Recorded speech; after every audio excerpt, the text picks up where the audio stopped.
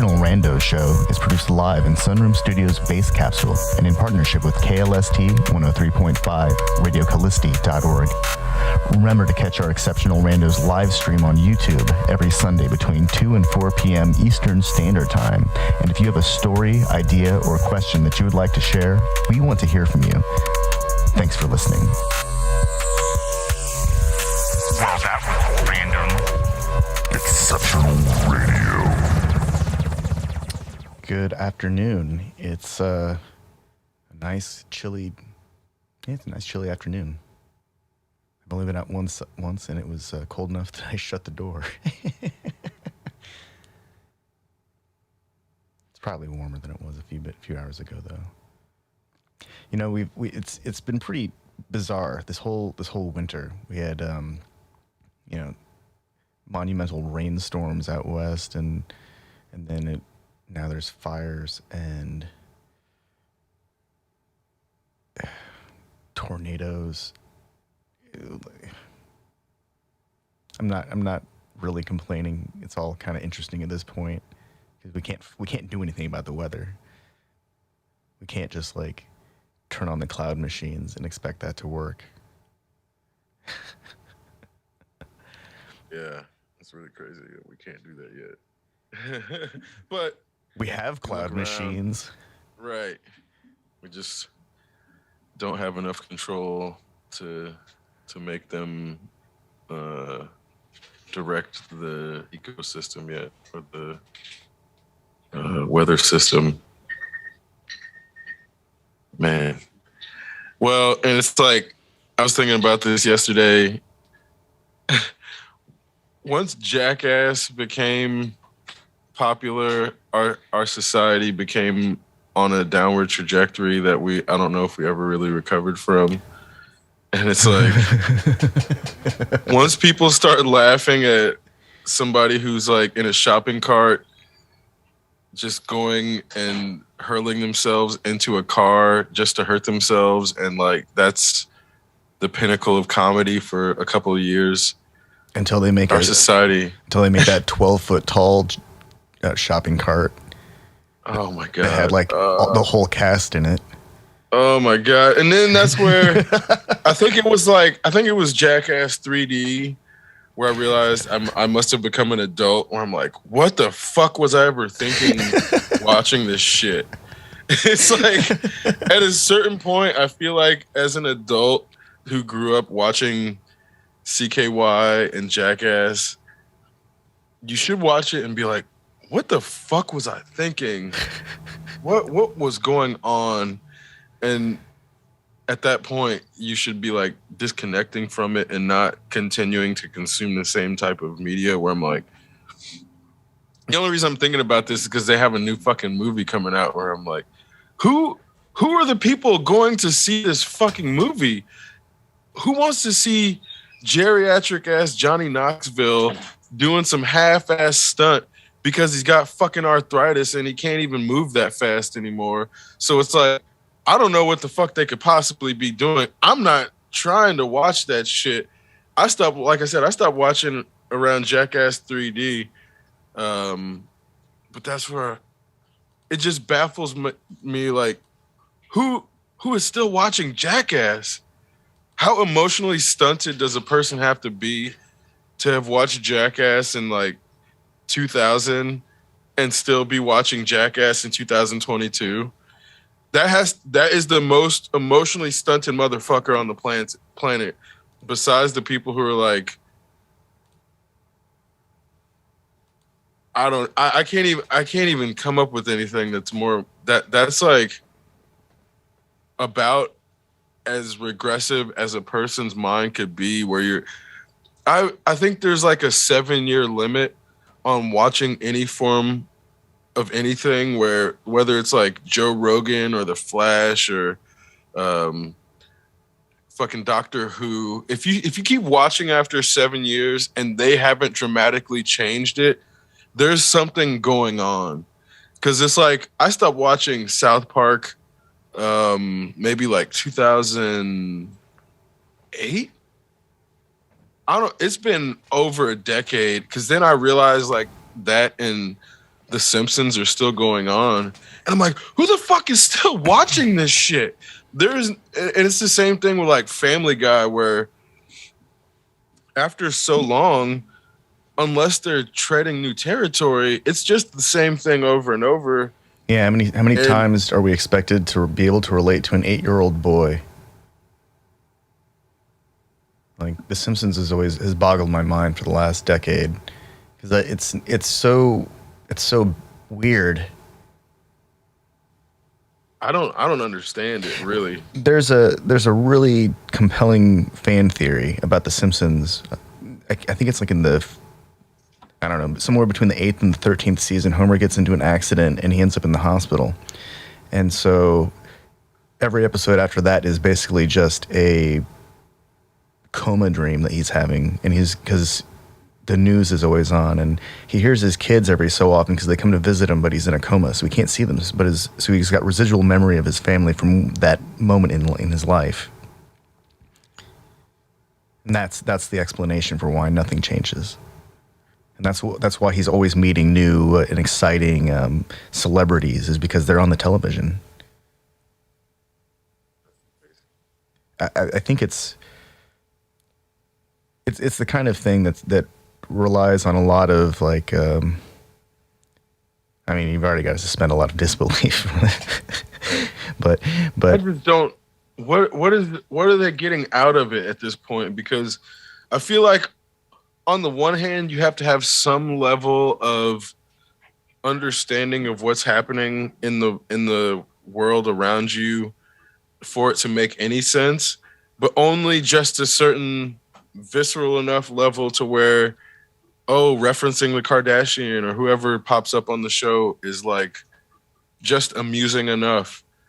And it's like, does this person exist anymore? Or I'm just trying to figure out like what percentage of our economy is built around bots that haven't been identified yet. And it's like, are there just bots within the economy that respond to the Nielsen tests when they're sent out, and it's just a really fancy bot that's tricked the Nielsen system into thinking that 5 million people are still watching The Simpsons, when in fact nobody's still watching The Simpsons?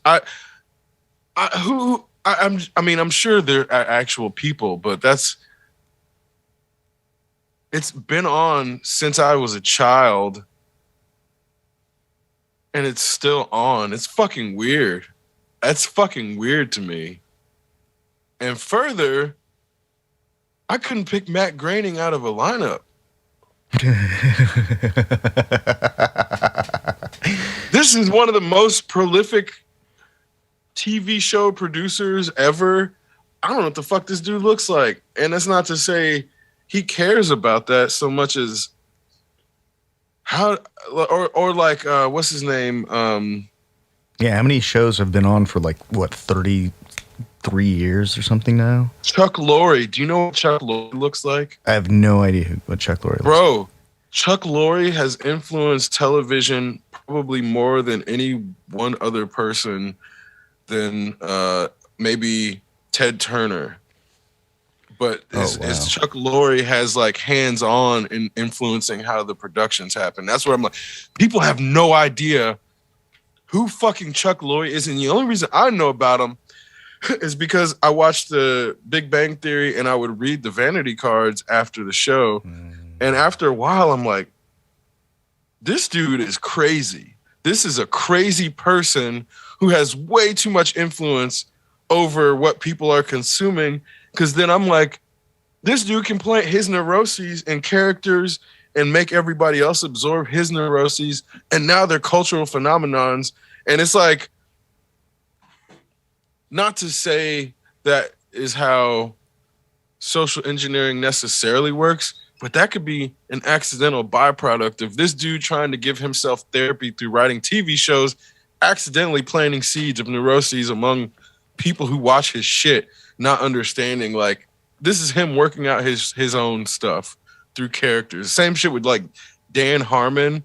And it's like, if you don't realize that Dan Harmon's works, almost all of them are him working out his own internal problems, while also just mocking it the world and using it to laugh his sorrow out, then it can be really easy to absorb all of the things and get dystopian about the rest of everything. I think anybody who watched all of Community would know that, because he flat out comes out and says it at the end.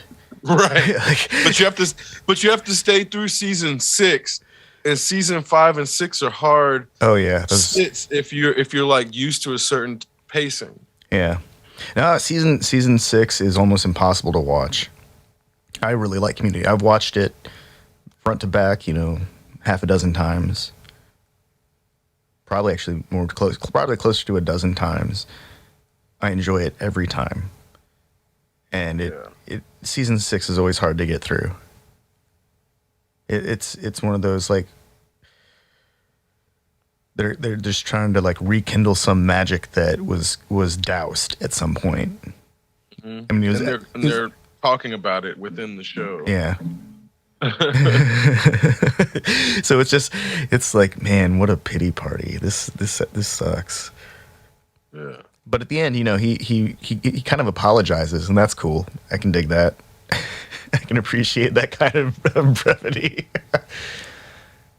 At the same time, I feel like when Abed's like 6 seasons in a movie, well, you guys didn't have 6 seasons in a movie worth of story to begin with. You had 4 seasons, and you should have acknowledged that. Because I was just thinking about Lost last night, where I'm like, man, they didn't have more than 3 seasons of a story, but they dragged it out into 5 or 6. I forget however many fuck it was. But then you see that they're just like, okay, what can we do now? We can take it here. And there's no actual thread weaving it together, where you hope that's what they were doing at the beginning. But the further they get into it, the more you realize it's not. There's no thread whatsoever. And it's just like, oh, I feel like an idiot for coming along this far, so I guess I'll see it through. And you don't want to just throw out. But I've gotten over that, and I'm willing to throw out shit before. Like I said, I'll never watch the last episode of Lucifer. I'll never do it, because they took it in a place and that was like, oh, you just wasted all of our times. This is completely meaningless. I put the last season of Lucifer on, and I just let it play, and I don't remember a thing. Like I don't remember any of it. Throwaway. I'm sure it is. I don't remember watching it. I just remember it, like, I put it on because I thought, yeah, sure, I'll watch this. It's the hopefully it's the grand finale to this story that they've been just kind of, it's like mopping a floor with old mop water at this point. Did you ever watch The Good Place? Yeah, I liked that show. And that's where I really enjoyed it, but for a show that spent 3 fucking seasons teaching philosophy and ethics, it completely threw away any sort of semblance of building towards a moral lesson. It's like, okay, let's have no moral lesson at the end. And further, let's tell the wrong thing about people who could have immortality. Oh, you got bored? That's because you're not creative, you dumb shit. All these people are like, I have immortality and now I'm bored. Fuck you. Fuck those characters, because they're uncreative. If you have all the fucking time in the world, there's an infinite number of books. There's books still being written. So you tell me you're fucking bored? Fuck out of here with that bullshit. Like, it's the most uncreative ending, where they had such potential to tell some like philosophical, like thought. Somebody could have become a god of knowledge. Yeah, well, I think that at the point where, I think there should be a point through immortality where you're faced with the resilience test. Does one have what it takes to last forever, knowing that at some point you're going to get tired of things, and you're going to have to find new things to be interested in. You're going to have to find new hobbies. But you have unlimited time. So like you said, there are books still being written. There's knowledge still being generated. There's always new information and ideas. So yeah, it's just lazy. I think that part of what isn't discussed in any kind of characterization of an immortal person is that they would have gone through all this after the first 100 years of immortality. Once they realize, hey, I'm alive. I'm not going anywhere. Holy crap. They would have gotten over that real quick. because they would have gone through the despair of watching the people they loved die. And then they move on, they get over it. Or they kill themselves because they don't have what it takes for immortality and they find a way.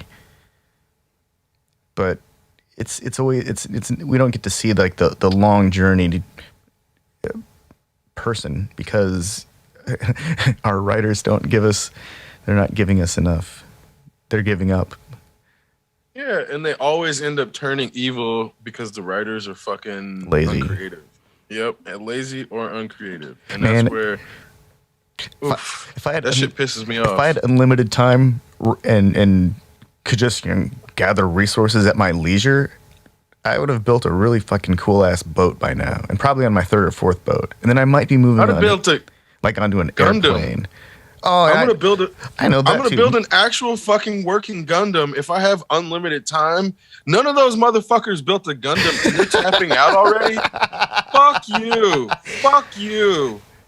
You didn't learn how to build any sort of robotic thing to be like, okay, it doesn't have to be a sentient Gundam. It can be a suit, but at least build a fucking Gundam. Because that's why I'm like, it's not to say that that's the absolute bar, but there is a sense of the mastery of mechanics and engineering that it would take to build something that is gigantic and mobile and move fast. Exactly. That's a whole feat of engineering that nobody's really been able to master yet. So, like, You're telling me you're tapping out before you get there in knowledge? Lazy. Fucking lazy. I think there's like a natural progression of things that they got to build, and if they're not exposed to those ideas, then we're talking about stuffy old dead people in a fictional universe that aren't willing to consider anime. So, man, and that's where it don't have to be a Gundam. Like, yeah, it can be a Megazord. It can be a Batmobile. It can be a Batmobile. It could be a hang glider. It could be anything. Anything. They didn't. Then one dude's playing video games forever. And they, like, what's the name? Jason doesn't get any actual smarter. Yeah, that's. So it's like, this is such an emotionally stunted story, an intellectually stunted story. So that's where I think Jason's growth was all in the intuition department, though. He became more intuitive and less of a force of nature. Sure. I mean, but he always a force of nature. He was always intuitive too, on accident, but it just became deliberate. So it was always there, just him mastering what the skill he already has. So that's what I'm like, I get that part of it, but I'm looking at it from the actual growth of these people was just superficial. And that's kind of where I think a lot of viewers don't want to allow producers to grow, which is why a lot of people, I don't think, like the Matrix Resurrections, because they thought of the Wachowski brothers who don't exist anymore, and the Wachowskis who produce movies now have evolved in a completely different direction than the original Matrix movie. Their cinematography is different, their pacing is different, their use of music's different, their casting style is different. There's so many things about the evolution of the way they produce and direct films that if you didn't see Sense8 or anything else that they've produced between then and now, it's going to be a completely jarring style jump. That's where I'm like, I think if anyone wants like a pure Wachowski visual spectacle, you got to watch Speed Racer. It's incredible. It's a really weird adaptation of Speed Racer, and a lot of all of the driving physics are questionable, but it's really fun. I mean, it's really, really fun, and you get lights and shapes just swirling around in front of you at breakneck pacing, at Speed Racer pacing. And that's a wild roller coaster, a visual roller coaster. I can't think of any movie other than the Matrix Revolution, actually, that has that the Marvel movies all the Avengers stuff. That stuff has as much visual stimulus going on, but it's not as pretty. It's not nearly as it's not as fun. Speed Racer's all fun except for a few moments where you're made to feel uncomfortable by that rat dude from Harry Potter world. Well, and I'm trying to figure out is it possible to have another bullet time moment in film, because I don't even think Avatar necessarily represented that bullet time moment. No, I think Avatar was just like the finest extension of James Cameron's science fiction universe. Right. Yeah. So that's what that represented more than anything. Yeah. Because then I was looking at, okay, out of the top 100 grossing films of all time, like about 5 of them are not franchise films. So then I'm thinking about it from the sense of there are 2 reasons to make movies. One's to make money, and the other one is to make a film. So I think we're at a point where the notion of, I guess you could obviously start to come up with other reasons, but you want to influence people, make a film. Well, that's like a secondary tier thing in the sense of, isn't that just adjacent to making money? Exactly, or making a film. So it's like these secondary and tertiary intentions basically come from either the intention to make money or you want to make a specific film. Like when Denis Villeneuve does Dune, he's wanted to make this specific film. It doesn't matter to him about the studio wants to make money, but he just wants to make this specific film he's had in his mind since he was 13 years old. So those are 2 completely, the studio's motivation is completely different than his motivation. He wants it to make money, but he doesn't necessarily care at the core because all he cares about is making the film. Sometimes these 2 motivations get at odds, and that's how we get Justice League 2017. And not to say that obviously Zack Snyder had a bunch of personal shit that made him have to step away, but the motivation to make money was at odds with the original trajectory of the script and film that Snyder had laid out. So that's why we ended up with this piece of shit in the theater that didn't work for anybody, and it made money, but as a film, it was just hot garbage. So I think that's where you can have a film that's really good at making money, and it's not necessarily a good film, and a film that's a really good film that's not necessarily good at making money, but the media is not going to qualify those 2 things as being different or valid in their own rights. If it's going to make a bunch of money, it doesn't have to be necessarily good. And that's a valid perspective of making a film. The Fast and Furious films, they're not good.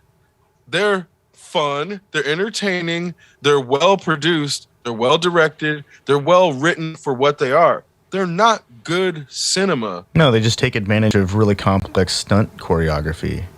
Yeah, and adrenaline rushes, and there's a lot of things that they take advantage of to make people keep buying them. But it's still a perfectly valid franchise, and that's where I'm like, the highest grossing films aren't necessarily good, and they don't have to be, and that's okay. But if we're going to define quality by how much a movie makes in the box office, then we're going to have a problem actually discovering quality cinema, and by proxy, it's stunted the capacity for actually good cinema to emerge. So I think we've hit a point where capitalism and AAA studios are at a creative wall all across all industries, whether it's video games, cinema, television. But then you have people like Ridley Scott or James Gunn who are able to seize opportunities to then take risks where studios are like, hey, this guy's made a bunch of money. I'm going to give him a bunch of money to take this risk. So then you get TV shows like Raised by Wolves or Peacemaker that far surpass, or Foundation, far surpass anything you can get in a 3-hour film made by anyone. I don't care who you are. They look like movies.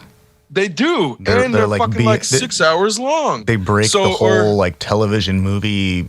They break barrier. All the paradigms. Yeah, it destroys it. This is where I think the actual revolution is happening, in terms of breaking the mold, and I think that's why people are not going to see it if they're looking towards film for that shit to happen. That I think the shift is actually happening in television, but because of the big screen in people's minds being the king, it's like really easy to be like, oh, this movie made so much money at the box office. Well, this TV show got trillions of minutes of watch on television over a year. You know, I think there's a very good reason for this, is that movies are expensive. Television wasn't a thing at the dawn of film like it is now. Everyone can get a giant screen. In fact, I normally sit in front of a 24-inch monitor, and at that distance, it's just the right size. And then when I'm sitting in front of in my music suite, I have a 42-inch monitor, and actually I've got two of them. And at the viewing distance that I have them placed, they are roughly the same size as the 24-inch monitor. I have a larger display up on a wall, and at the range that it is seated, it's about the size of the 27-inch monitor that's right next to me. And so I think that at some level, you know, people couldn't afford a screen sufficient to get their entire family around to watch a movie, and they didn't have a big sound system to play it back at. They wanted to enjoy these things with friends and family, and so movies make sense in that regard because it, you know, brings the total cost of ownership down. But I think we're at a place now where, you know, you can go online and get a freaking gigantic. You've got a giant TV, you know. You can get a gigantic wall-sized bad boy, you know, on the internet. It takes like $400. Yeah. you can get a 1,000. Like, seriously. You can get a 1,000-watt 5.1 surround sound system. It'll shake the room for, you know, another couple $100. Yep, I'm not about to spend more than $500 on a TV. Seriously, like, and these are like, at this point, when we're talking about a playback system that's sufficient to reproduce the theater at any reasonable viewing distance inside your home. If you're like me and you want to get right up next to the screen, so it's like at the periphery, you can do that. And, you know, 4K is here, 8K is here if you're willing to spend, you know, 5 times the money to get that kind of resolution, and some people are. And I've yet to be convinced, but I'm sure someday I will be, because I'll see through something and it'll be like, you know, window mode, and I will not be able to, you know, it'll break the uncanny valley for me. And I look forward to this moment. But, you know, right now I can get right up to the edge of my periphery on a screen and watch a movie like a little kid. And I can also stand at the back of the room and watch, you know, as you pointed out to me one time, that when you're standing at the back of the room watching UFC, it's almost, the perspective is almost right, that like you're in the room about 15, 20 rows back. Yep. It really like fucks with your perception to make you feel like you're watching the people in the same room. And it's something, I feel like the big 40-foot screen or however big, like whatever the IMAX is, 400, I don't know, I forget off the top of my head. It's absurd. Yeah, whatever the big screen does, it goes past that into something else, which is also, you know, that's cool, but you can just modify that by sitting closer. Yeah. So I think that's the best part of having the home setup, is like, yeah, guess what? If I want to drive on Forza, I sit like 4 feet away from the big screen, and it like completely covers my field of view, and it makes it feel like I'm actually driving that thing. So it's like all that shit your parents say about, oh, don't sit close to the screen. Well, yeah, you're not supposed to sit if the field of view is not correct. But if you're driving, the closer you sit to the screen, you can modify like your cockpit view, so then it actually feels like an immersive, like then you can look down the road. You're not looking at the screen, you're looking down the road in the game. And that's a completely different experience. I think that don't sit so close to the screen really comes from the era of cathode ray tube televisions that would emit beams of electromagnetic energy onto the back of a screen. Yeah. And so I think they were worried more that their kid was going to get cooked by microwaves. Yeah. Those big ass fucking CRTs. So, speaking of CRTs, every so often I see I tried to make a tower of derelict television screens one time, and it was a mistake because all I ended up doing was collecting a bunch of old televisions and never completing the project because I didn't have enough televisions. But every so often I'll see one of these things, like a picture that somebody successfully creates their tower of TV monitors, and then I'll come across some image of it like down the way, and one of the TVs is broken, like someone damages it or it falls over and it breaks. And I'm always impressed at how thick the glass on those screens really is. It's incredibly thick. Yeah, it really is. Like people who have ambition to break one with like a baseball bat or a golf club, they really need to like commit, because that's like incredibly thick and strong glass. And there probably aren't very many of these televisions left anymore. But it blows my mind that that's part of what made those things work, was this giant sheet of glass and this thing that bombards it with like photons. Yeah. And for their size and their lack of resolution, really, they were fast, like lightning fast. I remember playing video games and not seeing any of the tearing or the blurring that we get now. Even with even with high grade gaming monitors, the 140 plus hertz refresh rate screens, the variable refresh rate screens, all the crazy stuff we got now. Like even with like premium video cards, there's always some moment in the game where it's like, oh, it's too much. But for whatever reason, those old, maybe it's because they were limited in resolution, the games didn't have any detail. But they were so fast. Everything was fast.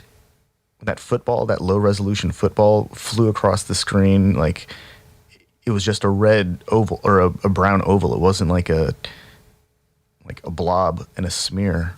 And now I'm talking about like actual watching football. Yeah, once it got to 16-bit, shit was pretty clear on CRT.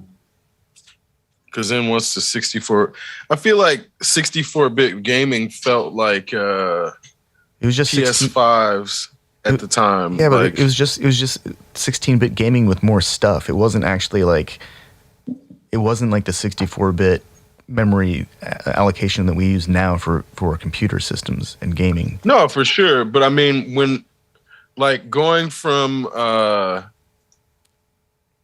Sega Genesis to Super Nintendo, like the first time you played Super Mario 3. Oh, yeah. Like, I remember it felt like my eyes were being massaged or something because the refresh rate was so fast. Well, it was like juicier, more vivid. Yeah. It was vibrant in a different way. Yeah, and you got way more colors. The gradients were smoother. Everything was smoother. The contrast between the character and the background was more. There was just a lot of things about seeing the steps between the processors when they were happening felt a lot more significant than looking back on them. And I think that's where it's hard for people who grew up with shit like PlayStation 2 and, the processors are way, way faster at this time. I think it's harder for them to understand,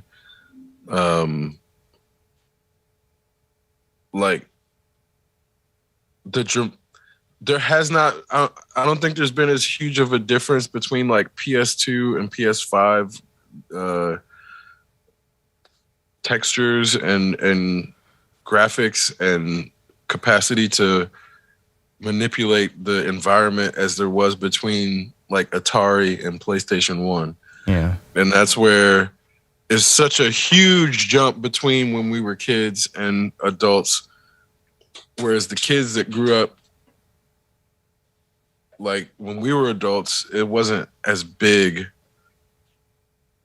Yeah, no, that's a good point because I remember every time, you know, it's like from Nintendo to Genesis to Super Nintendo, even with Sega Saturn and all that stuff, it seemed like big leaps until it was until the difference between PlayStation 2 and 3 and like waiting forever for Xbox 360.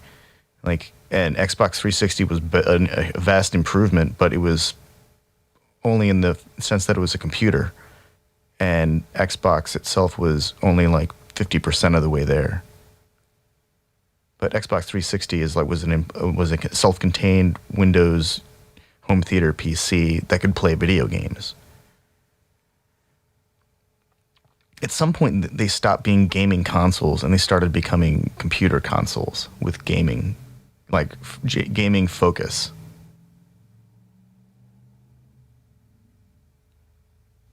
Basically, they're closed system PCs, and that's where, if you know enough about a PC, you recognize that, which is why I moved away from consoles, in that it limits your capacity to that ecosystem. Yeah. Which is, you know, it's a good value because they're cheaper than the PCs that would be their counterparts, but paying for that extra freedom between platforms is where the PC is like beneficial. I don't know. I mean, how much does a PlayStation 5 cost nowadays? I mean, if you get it at MSRP, it's not going to be much. Like, I mean, not when I say that, like 500, I think I think it's even 329 for the digital, and then 500 for the one with the disc reader. So yeah, well, but the resellers mark them up a lot. Yeah, I mean that makes sense for somebody who doesn't have a computer already, because if you already have a computer, chances are you can get away with just buying a really nice video card, which should most definitely cost less than $500. But it should, but then that's where the resellers got that market too. So if you can wait, then it's, you know, it's hunky dory. But you also have to have the other pieces and the motherboard and the CPU and the RAM. So that if you have all that, then just acquiring a GPU can be cheaper than a PS5 upgrade, but you have to have the supporting system, which again, it's like you can get a system for like $1,500 that would be the same as like a PS5 or Xbox or whatever, but everybody doesn't have that that's extra $1,000 to spend, which is where I see that the benefits of getting the console. There's also a much steeper learning curve with the computer. That's very true. Like with all of that flexibility, and there are a lot of other challenges beyond just like installing software and launching it. Like most people can plug a PlayStation in, and within 20 minutes they're up and running. But if you just handed some kid a Dell, they didn't know what they were doing.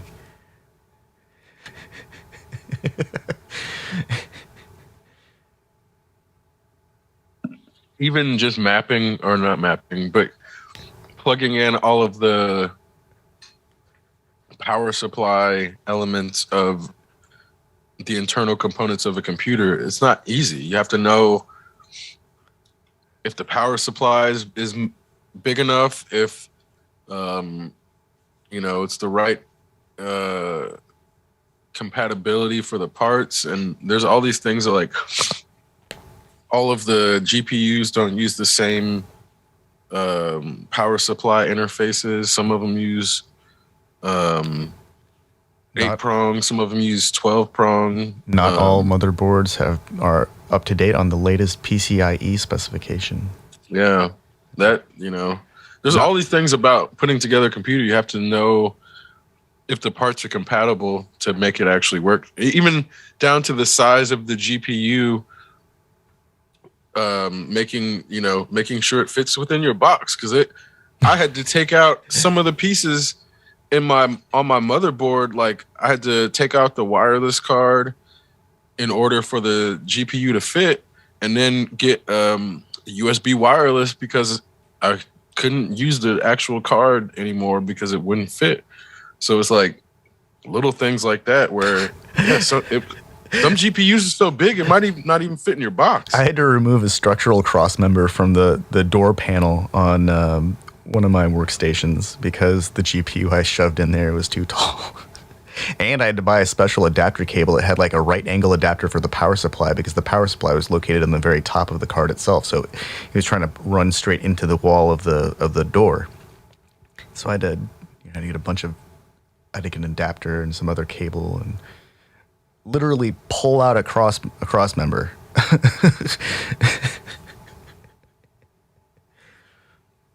That's a case mod that is not actually visible from the exterior. I'm pretty proud of that.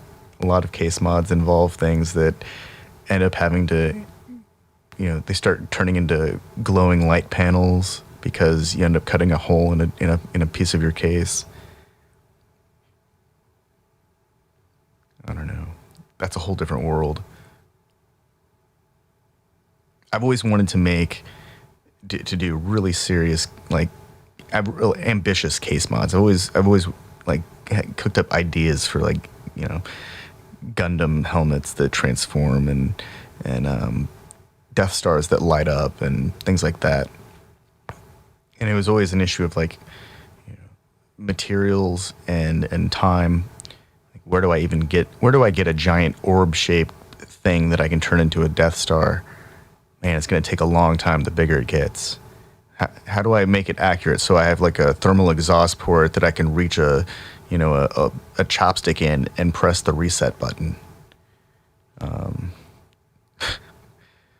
Well, and this is where I feel like so in much a lot of easier cases, now. Knowing that you know how to do it is almost as fulfilling as doing it in a lot of those things. So that's when I'm like, I'll think about those things. I'm like, oh, I actually can do this. Yeah, now. And then it's not as much of a challenge. So then it's like, oh, I don't necessarily even want to do it because it's like the thing that I wanted to figure out, I figured out.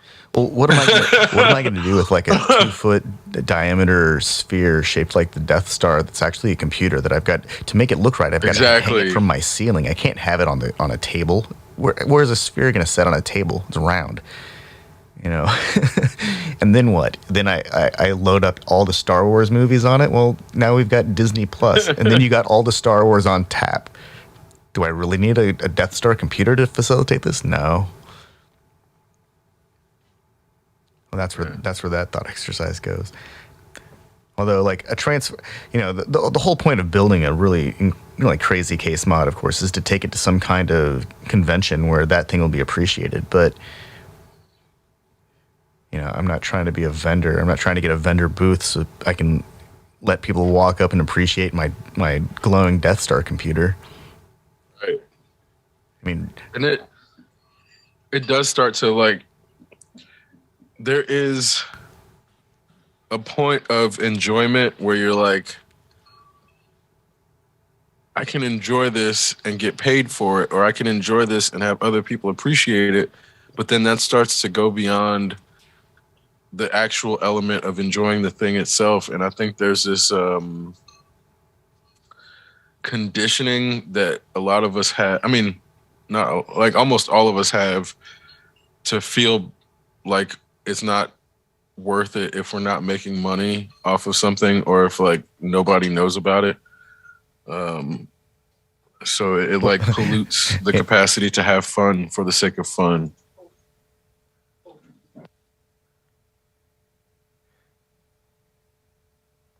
I don't know. I just don't think that people think about these things like that. I think that that's the reason that people enjoy seeing it on the internet, is because the average person isn't even thinking about making something like that or being creative at all. I think most people are trying to relax or be entertained. Being entertained is like the opposite of being creative. Right. I mean, but it can help. No, it does. I'm not saying it can that help one thing. be creative if you're actively consuming entertainment to help one be creative, but it doesn't automatically result in that. No. And I think that's where the passive consumption of entertainment often gets assumed to be for that purpose internally for a lot of people, and then they don't actually extend it to become to apply it to something creative, and thus it's like completely wasting their time in a way that then they're not even relaxing because they're doing it in their own mind. They're justifying it by saying, oh, I'll apply this creatively, and then when they don't, it actually ends up being a waste of time because they didn't just allow themselves to enjoy that thing. So they didn't actually relax.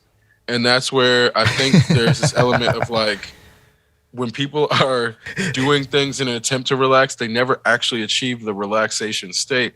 And their subconscious is still worried about the things that they're trying to escape from, which is why they're pushing themselves to escape, but not actually getting out of the thing that they're trying to escape from.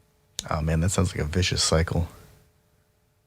And I mean, think about all the people who seem to be stuck in it. It's like a perpetual thing that makes it harder and harder to get out of, because it's almost like once one's emotionally invested in it, you don't want to get out of it because it feels like it has to pay off. There has to be a reason when they don't want to acknowledge, like, no, you just wasted a bunch of time. There's nothing to come out of this because you had no intention. And that's like the biggest thing I think Americans are like tricked into thinking is that you can accidentally create something that's of use to more people than yourself without intention. And that's like, I'm not saying it's impossible, but it's like not. Oh man, not really gonna happen. Almost all the things that I do are like specialized to some task that I'm doing at my house with the tools or gadgets on hand. It's rarely a one size fits all thing. Almost all the one size fits all solutions that I've seen are like the most bland, basic, pared down version of something like highly specialized. Or they're like jack of all trades type tools. And I'm realizing I don't think it's necessarily Americans' fault, but it's because a lot of the media is laden with these notions of people who are like, I'm going to create something, and then once I create it, I'm going to go sell it and become rich. And it's like, well, that's a really dumb way of approaching things, actually, if you think about the logic of selling things, like coming up with something that doesn't exist to then sell it to people who don't know that this thing exists or that they need it is like a really actually terrible way of accumulating capital, where there's something that you know people want, moving into that market is a much quicker way and much more efficient and effective way of actually making capital. So if people want to create something because they're like, oh, I have this idea and I really want it to come through, that's one thing, but I need to come up with this idea to sell it to make money. Well, you're reaching around your head to scratch your nose at that point. And that's like one of the biggest lies that Americans believe, to think that the person who doesn't dedicate themselves to something can then just come up with something randomly. It's like that's going to be... It's like the Plumbus from Rick and Morty. Yeah, exactly. It's exactly the Plumbus. Because then I'm like, okay, yeah, some fucking idiot came up with the pet rock, and a bunch of other idiots bought pet rocks at one point in time. Okay, that happened. But that doesn't mean that is a viable approach or even a practical approach to making fortunes or large sums of money. And I think like that is so rampant in our media that nobody's questioning it, where I'm like, hang on. This is not mathematically a good way to approach capital building, period. Let alone something that happens frequently enough for it to become a trope. So I think that in its becoming a trope within media, people don't realize like, hey, this doesn't actually happen in real life most of the time. Like the people who create something that's novel were trying really hard for a long time, or they're specialists in something that allowed them to see an opportunity and have the knowledge to apply it. Like they didn't just, oh, whoops, I put this spoon in a bowl and now I have this other thing that I'm gonna sell and make $1 million. Is it is it a bowl? Is it a spoon? Is it a ladle? It's all three. Or taking other people's inventions and putting them together and then acting like they made something new, which is just another, it's obviously a form of reselling or repackaging and then reselling, but then that's not really adding anything to the larger economy. So the economy rewarding that is actually causing itself to stagnate. And nobody was able to put these things together for like the last 40 years of America. So we've just basically been profiting off the same ideas in every industry for the last 40 years. And now there's no actual incentive for people to reward creativity. So it's like, I feel like the creatives are on strike across everywhere. And you see it with the dancers on TikTok, but I feel like it's happening in a lot more places than people realize. And that it's not that creativity's dead or creatives are gone. It's just that they don't actually have incentive to give society their best work because society doesn't care about that. Society cares about what sells the most. Well, also, and when middle management steals your ideas, like for the third or fourth or fifth or sixth or seventh umpteenth time, and never mentions that you like said that, whatever the idea was, it kind of starts to dig a little. So sometimes I wonder if the people who are complaining about the Great Resignation are those just middle managers who have run out of ideas? Yep. Oh, it sucks to be them.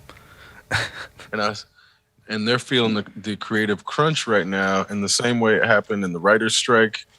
And it's happening across more industries and entertainment segments in that, like, I don't think boxing had a problem, but other combat sports did. So we're getting to a point where the people who participate in combat sports have realized, like, hey, we're the product. So when you have this UFC card where all of the fighters combined got paid less than $2 million, and then you get one boxer making more than 10 times that for one event, there is only a certain amount of time that can go on. And it's for multiple reasons, in that the UFC has basically started scraping the bottom of the barrel because they just run through these fighters really fast, and because it's all about the profit and not actually preserving the institution or the sport, these people burn out way faster than they should. And it's like, now the UFC has to promote people who should have been on the Ultimate Fighter TV show or Dana White's Contender Series as like prelim fighters now, and some of them are making it to the main card. And it's like, in years past, when the UFC had not oversaturated itself, these would have been undercard. Like, they wouldn't have been in the UFC, but they've oversaturated so much to the point that now the people in the actual UFC that aren't the top 5 to 10 aren't necessarily that good, but because they have a product that they have to keep selling, they're going to put all the production and hype and make the audience think that, yeah, this is still the UFC quality that you came to know and love right after we purchased Pride when we were at our peak. But UFC is way past its prime. So I think the dilemma that UFC has is that it's not really like it's not like a traditional martial arts competition tournament type thing. It's more like the worldwide wrestling model, and it wants to be kind of taken seriously like boxing, and for the most part it is taken really seriously like boxing, but it's not quite boxing. Like, I don't think I mean, have we seen any MMA fighters transition into boxing and actually do well? Or did they start out as a boxer? Silva. Yeah, but was he a boxer before that?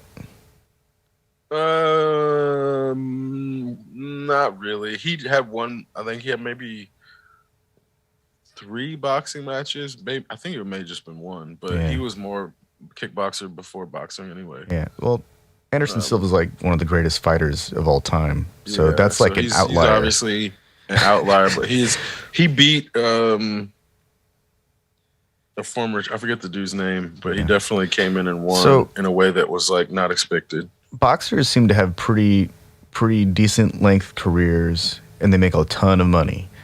MMA guys seem to either get broken and leave, or they survive for a while and make a lot of money, but not really, because they're not making boxer money. And it's not like WWE where they get to showcase their giant guy flying, throwing dude, brute force wrestling fighting style, which is cool on its own, and then transition into movies if they're really good.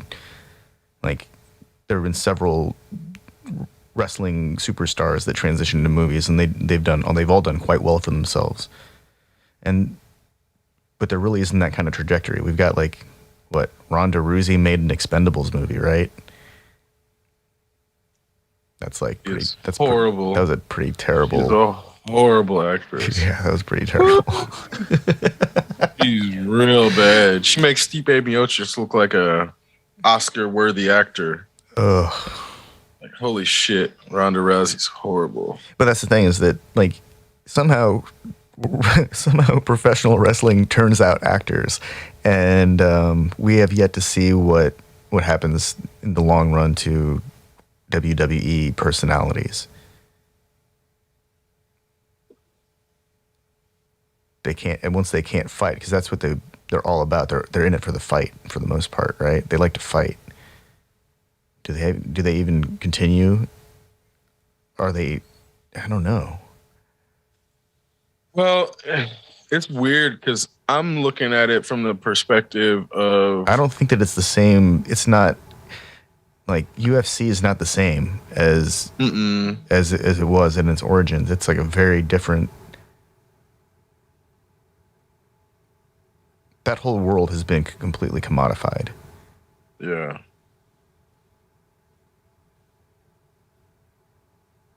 I mean, wasn't it originally about Royce Gracie wanting to actually test his theories and techniques?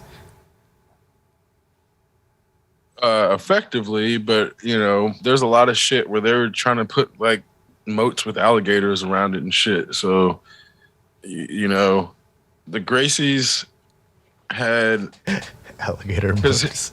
No, well, here's the thing though. It wasn't just about Royce. So it was about all the Gracies. But then with Hickson didn't want to participate because he was so good that he didn't necessarily need to prove himself in mixed martial arts at the time. So that's why they sent Royce, because he was the smallest one. So the family was like, hey, we don't need to send our biggest person. So it wasn't about Royce. It was about him being the smallest one in the family, basically, at the time, who was able to then be like, yeah, we'll send our 170 person and they'll beat your heavyweights. We don't need to send our heavyweights. So that's what it was originally about. And then as they wanted to make it more of a sport, they're like, hey, you can't just have this 170-pound person going up against somebody who's fucking 250 pounds. That's not okay. Not okay, even if he does win. You can't have people pulling out hair, pulling out ponytails, and no ball grabbing, elbowing in the groins. No more grab 'em by the balls and twist. Yeah, no more of that. So they basically were like, hey, you can't have it be a blood sport if you want it to be an actual sport. And then Johnny McCain was like, it's human cockfighting and blah blah. So there's this whole history of how UFC, it's super crazy how the UFC was the bane of the right wing existence for a while, and now Dana White's right wing as fuck, like all pro MAGA and like trying to be like his own little right wing oligarch.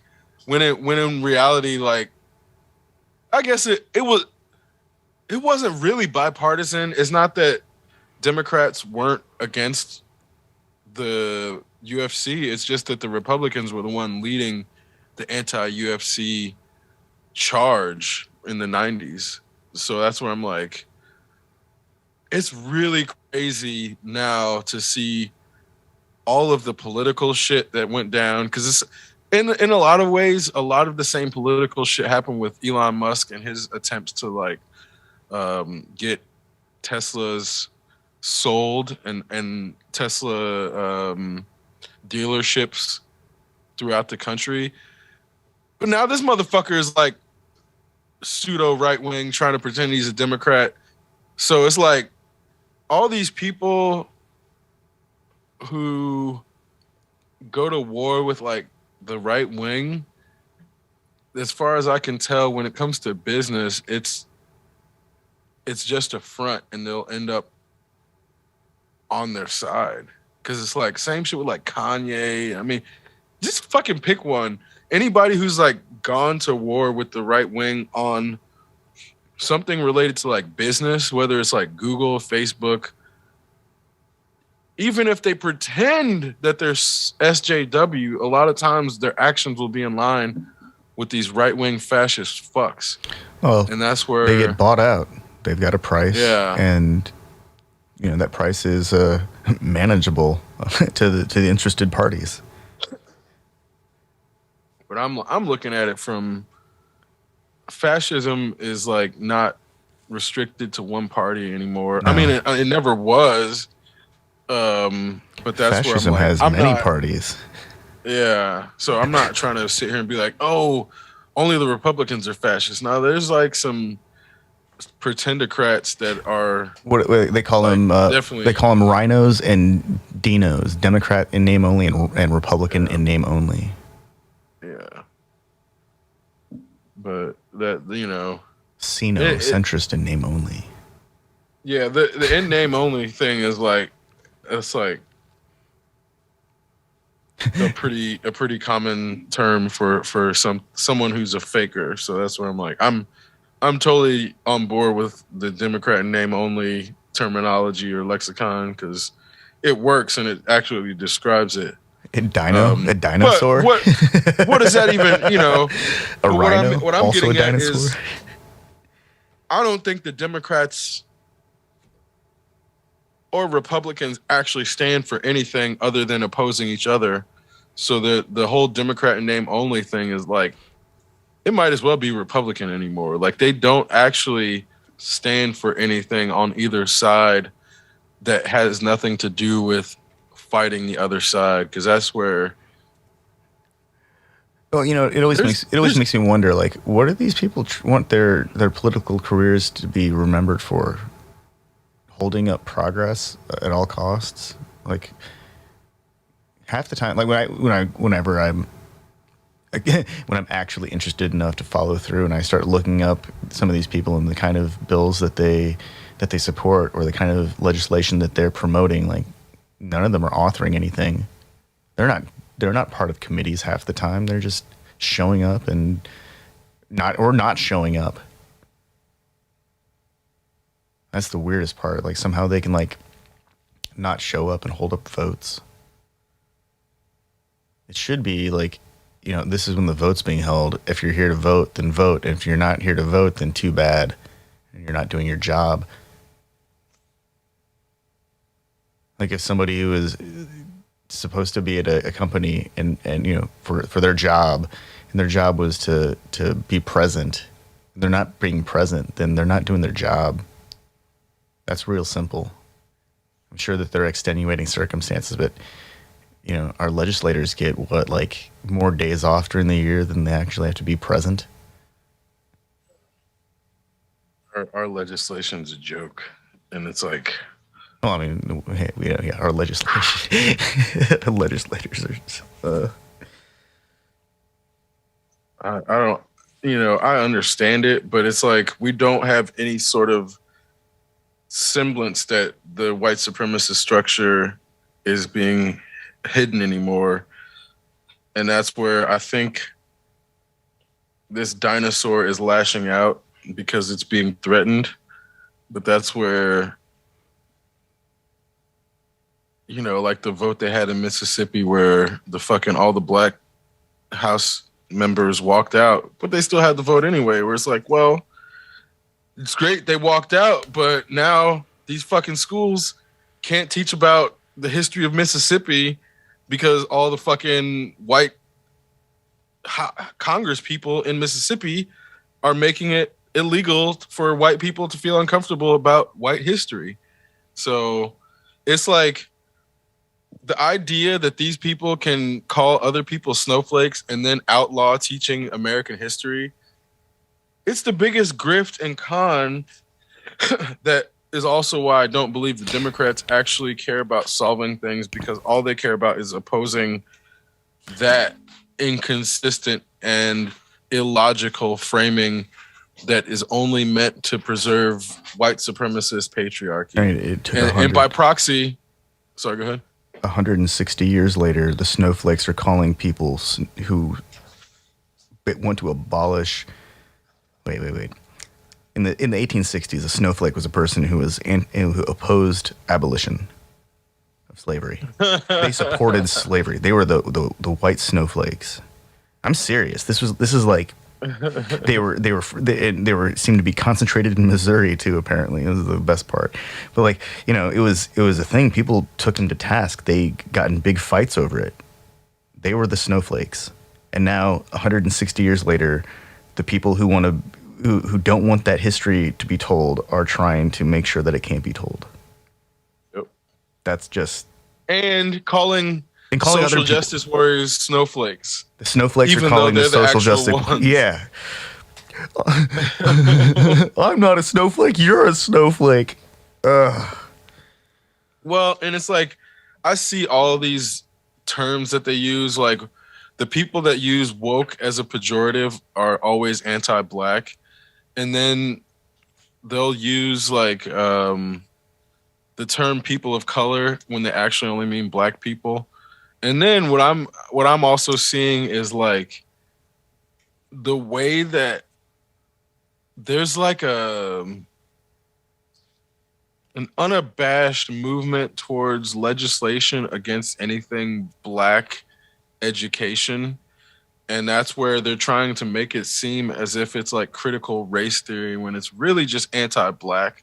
And they've acknowledged this in their own forums. So it's like the biggest problem with people who are casual Democrats is that they don't pay attention to the strategies and the campaigns of the right wingers, and then they engage as if right wingers are acting in good faith and are just right wing, when they'll run these intentionally disconnected and illogical campaigns to undermine something specifically, while the Democrats engage with it as if it's a legitimate attempt at debate or engagement. And that's where the same way that you have these Republicans calling Joe Biden Brandon, it's like there are things that they do that they know that they're doing that the Democrats don't attack back or respond to, and then act as if those things are being done in good faith.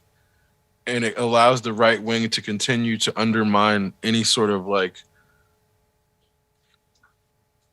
cohesion, or I mean, the left wing is like herding cats in the first place, but you don't really get left wingers on social media in 2022 doing anything but infighting. And it's because the right wing is so good at planting seeds of discontent among left wing groups and causing them to fracture, that the people who identify as Democrats just have almost no resistance to it. And and that's where I'm like, it kind of needs to happen.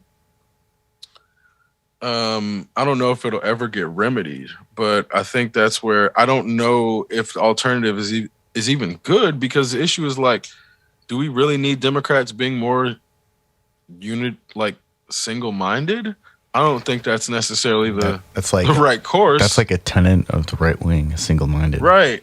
Exactly. So I don't think that's necessarily the right course. I don't think that the left wing can shed nuance sufficiently to become single-minded. Yeah. Or ego, for that matter. Actually, and that's no, part of it. Is like there's a portion of the left wing that really, really, really, really wants socialism, and I think they might be single-minded.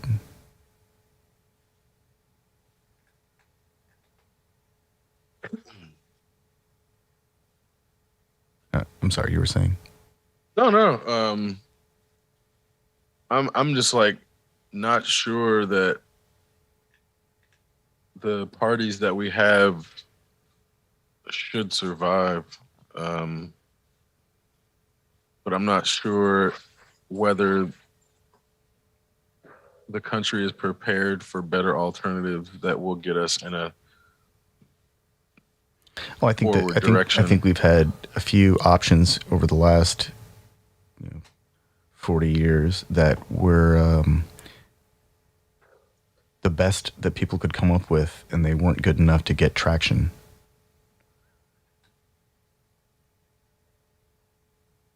Bernie's progressive democratic socialist movement is all well and good, but they've just been absorbed into the Democratic Party. And the Republican Party just welcomes anything that they can find that'll help them with their primary agenda.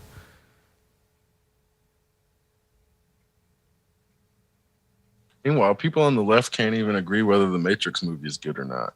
They're not gonna fucking unify on a front against the goddamn Republicans if they can't even fucking agree on a movie. You know what I mean? Like, it's kind of absurd in the sense of like how much individualism has been weaponized by the right wing against the left, where it's like impossible for people on the left to come to consensus because that is they don't want to be seen as single-minded. So then you have people who just are contrarian just because they think, oh, I can't be a real leftist unless I disagree. Well, I mean, and then they're just Joe Biden can't win the barbecue crowd because the barbecue crowd is as tribal as it gets. He can't win the football crowd because they're just as tribal as the barbecue crowd.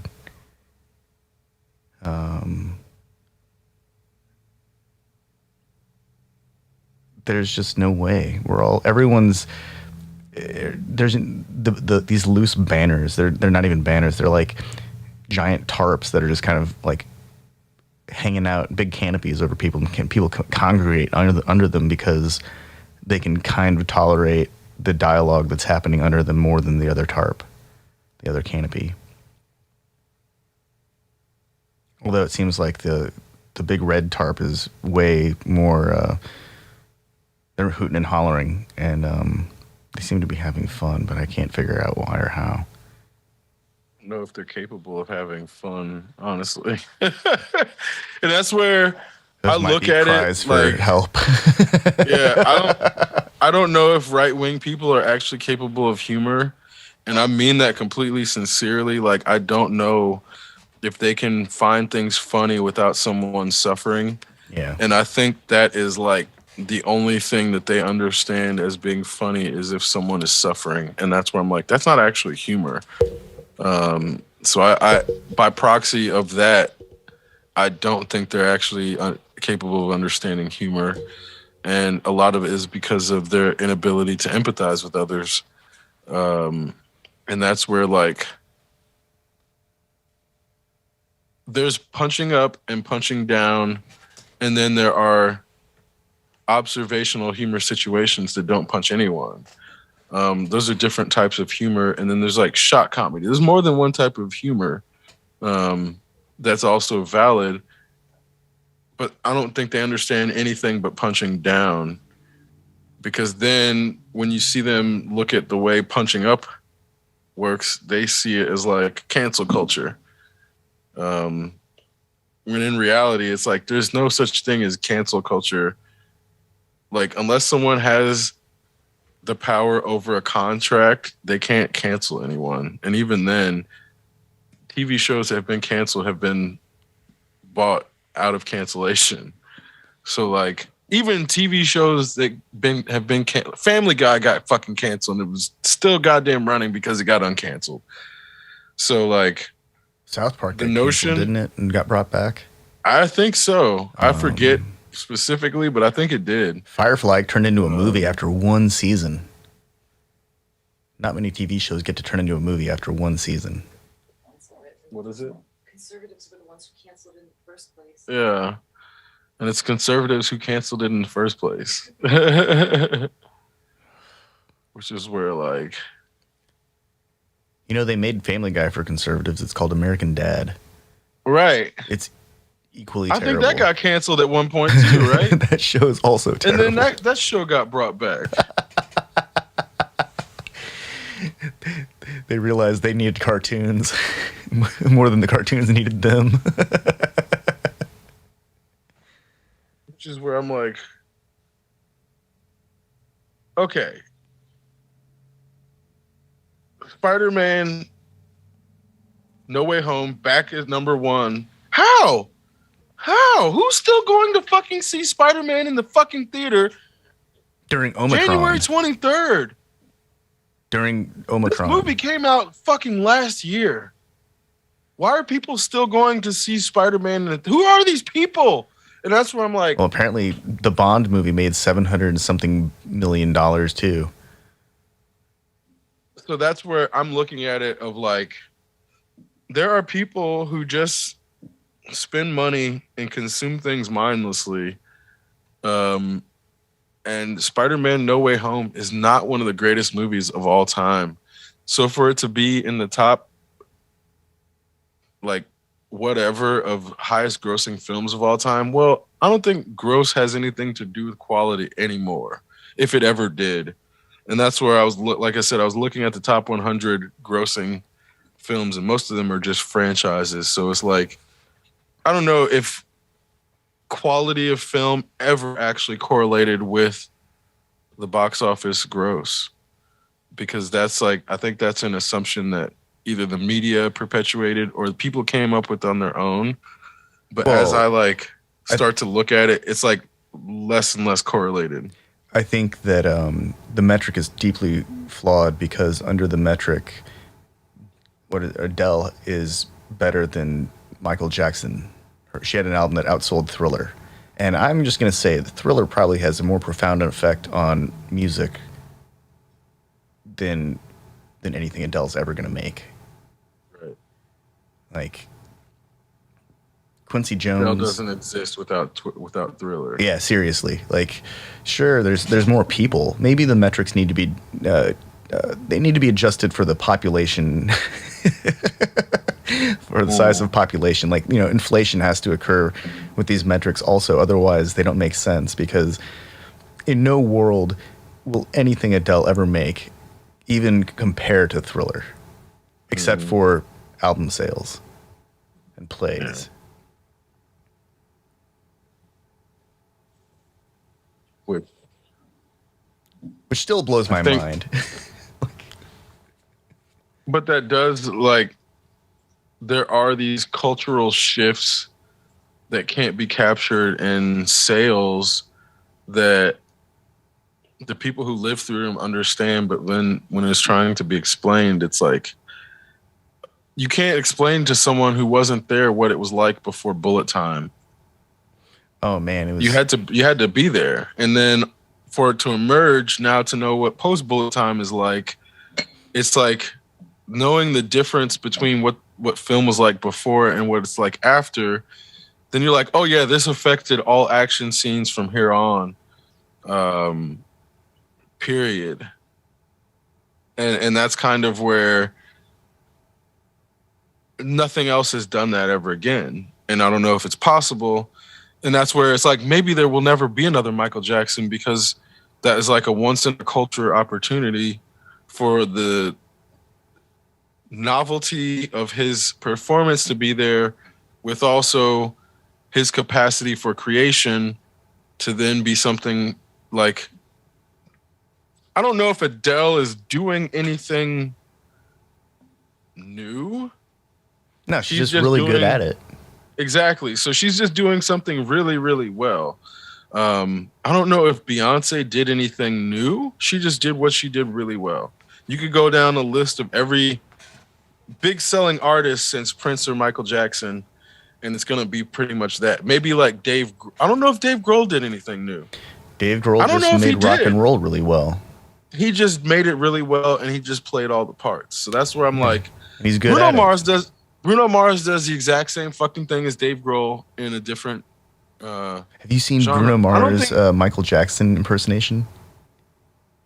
But that's what I'm like. I mean, that's how he got his start, actually. But for sure, but that's what I'm like. I don't know if Bruno Mars has done anything new.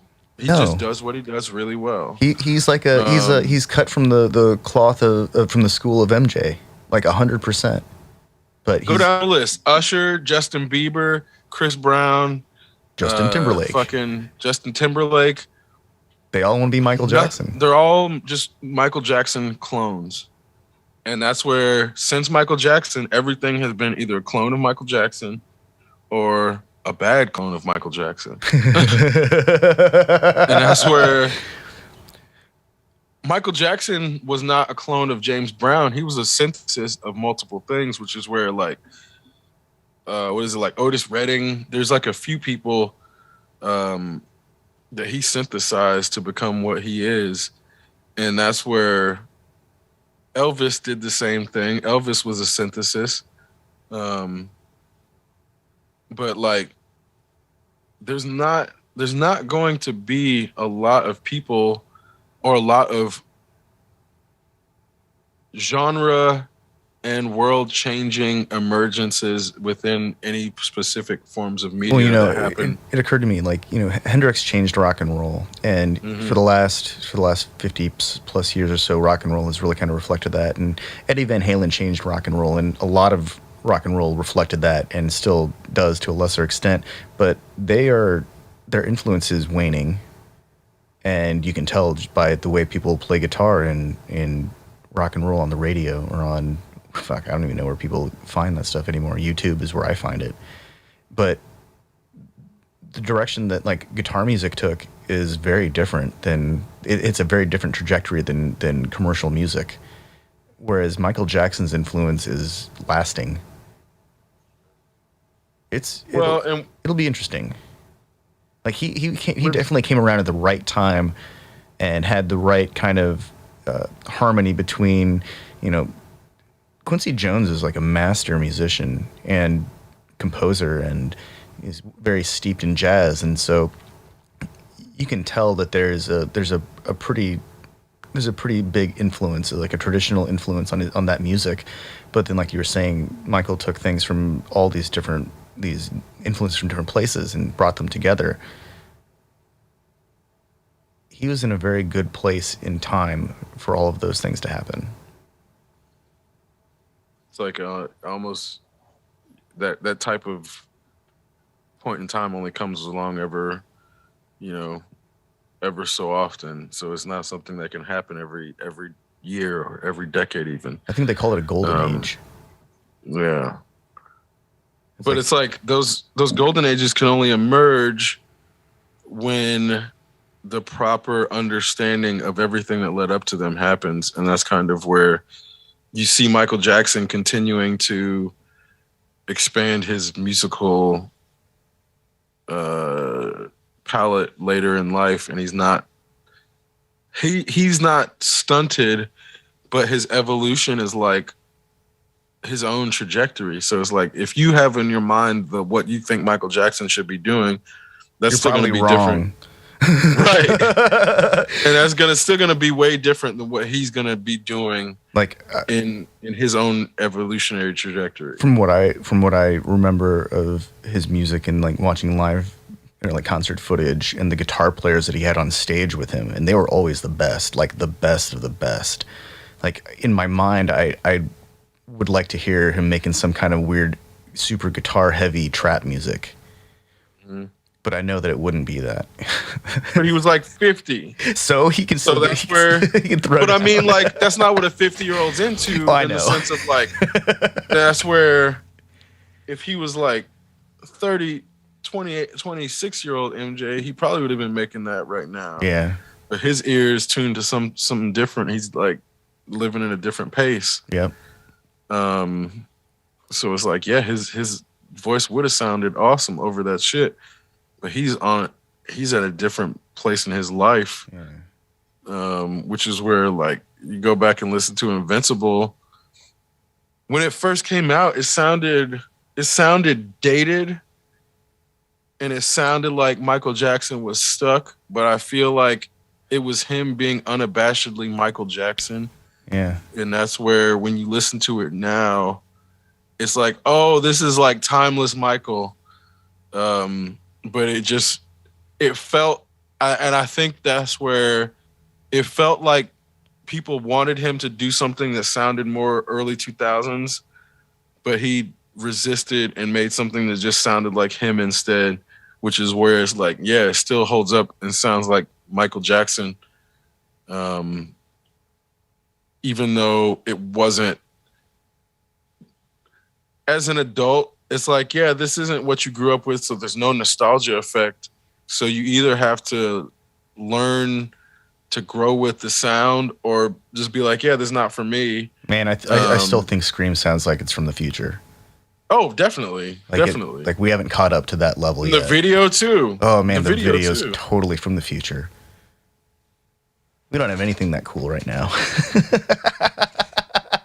No, and I'm trying to think. I just don't know if there's ever been as much of a global phenomenon since, as far as like the world will stop to watch his music video release, which is, again, that's just a unique point in time when there's not a million fucking different things people can look at, or so many different streaming services.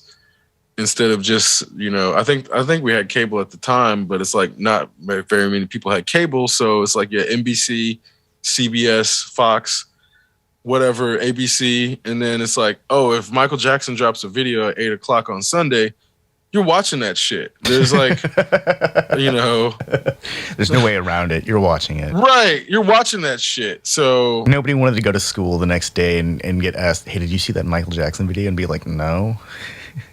Like, everyone watched. Even people that didn't like Michael Jackson would watch it. Because you wanted to see what he did. Because there's going to be this like little prologue and epilogue that has nothing, it might have nothing to do with the song, where you're like, oh shit, he got some new technology, some new morphing technology or some shit. He's got like a 20-minute TV show plus a 3.5-minute music video. It's good stuff. Little mini movies. Yeah, I mean, and he even did the Halloween movie. That was, I think it was like half an hour long or some. I think that was on NBC, if I remember correctly. It may have been CBS. I don't remember which show, but Michael Jackson would come on like network television with a full production where you're like, it wasn't about the money because they're not selling tickets. Yeah. Dude, it occurred to me, like, Michael he could transition between the real world and, like, Sesame Street and Muppet World. He had, like, Muppet energy. Like, real Muppet energy. Like, the kind of Muppet energy that doesn't actually exist anymore. Yeah. Like, innate human Muppet-level energy is not the kind of thing that even exists in pop culture, I don't think, because... No, that's not true. We got a few Muppets. We got, like, Cardi B. She's totally a Muppet. And I feel like Pete Davidson. Pete Davidson's totally a Muppet. But like that energy is rare, and having that kind of, not just like, or Weird Al. Weird Al is 100% Muppet level. Like he's got like near God level Muppet energy. Yeah. But that's like so- he's like old school. He's like a dinosaur. There's only Muppet. one Weird Al too. There's only one Weird Al. There's been one of him, and that's a unique point in time where it's like he didn't. Well, he and What Michael he did had a wasn't special anything relationship. new. Yeah, but he was explicitly not doing things new, which made him like novel. I don't know. That's a crazy one because I remember it's like, oh, Weird Al's coming out with a new video. What's it gonna, whenever he did the Eminem video, I like people his. were like looking forward to his drops for a while. I liked his riff on. I think it was In Sync, and or maybe it was Backstreet Boys. I think it was In Sync, but he did a song about eBay, buying shit on eBay. He had his moment, which is crazy. And then I don't know if you remember when Carrot Top had his moment too. Man, It Carrot was Top. a very brief moment, but Carrot Top was like on top of the world for like a hot second. Yeah. You're like, how the fuck did this happen?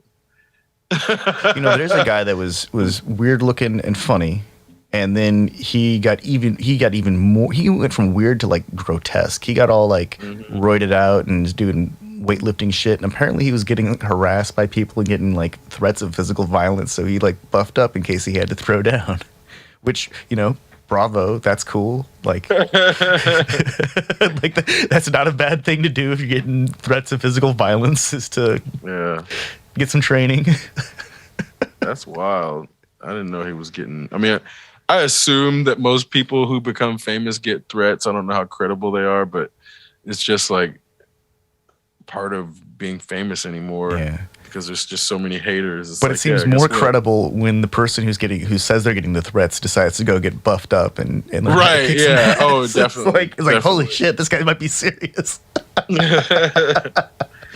Oh, definitely. And that's where I'm like, he was big enough where I totally believe it. I'm not questioning that aspect of it so much as like, it's just fucked up that anytime people become public figures, there's just an element of hatred that goes along with it, where you're like, yeah, guess what? You're gonna get death threats if your face is published anywhere, just because somebody is gonna hate. It's like, hey bud, you And told that's a just really like- good joke on national TV. Some asshole wants to Right. kick your ass now. We don't even know who he is, but we Yeah, know they're for no out there. reason. They're for no Except reason. for now that they saw you.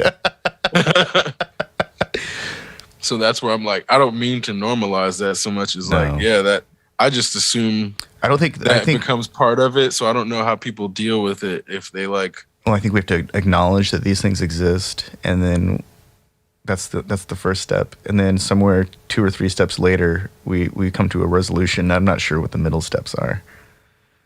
There is a problem, though. Celebrities get threats because they're who they are, because some asshole out there thinks that they were the butt of the joke because they took it personally, because they lacked the ability to abstract anything. And then Carrot Top goes and gets roided out and buffed up and learns to kick ass. Like, makes sense to me. Yeah. Oh, definitely. Well, it's like I was saying earlier, I don't think people are actually being creative. I think that's why we have such a crazy commerce-driven entertainment industry. Mm-hmm. And we're at this kind of crazy point in the economic development of this country where ideas and intellectual property and information are worth as much or more than services or ability, even, it seems. Like, there are people out there who generate entire incomes from affiliate marketing, and they own like dozens of domains, and all they do is search for some item on Amazon and pick the top 10 things and write a review about it and give it some kind of rating, and they may or may not have actually purchased or even tested those products.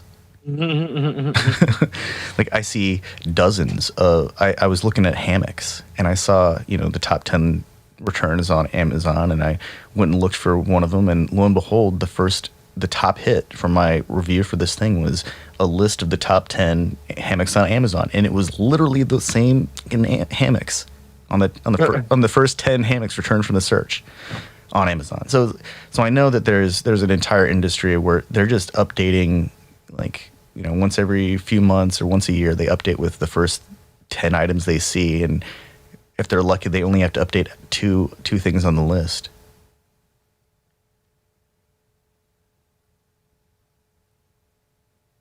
It's all just driven by. They're not even coming up with the marketing language, the copy language. They're just deriving it from the retailer itself, if they even have it. Well, it's funny now that you say that. It's like I've stopped looking at reviews under, like, if there's like less than 100 reviews, I don't really count it.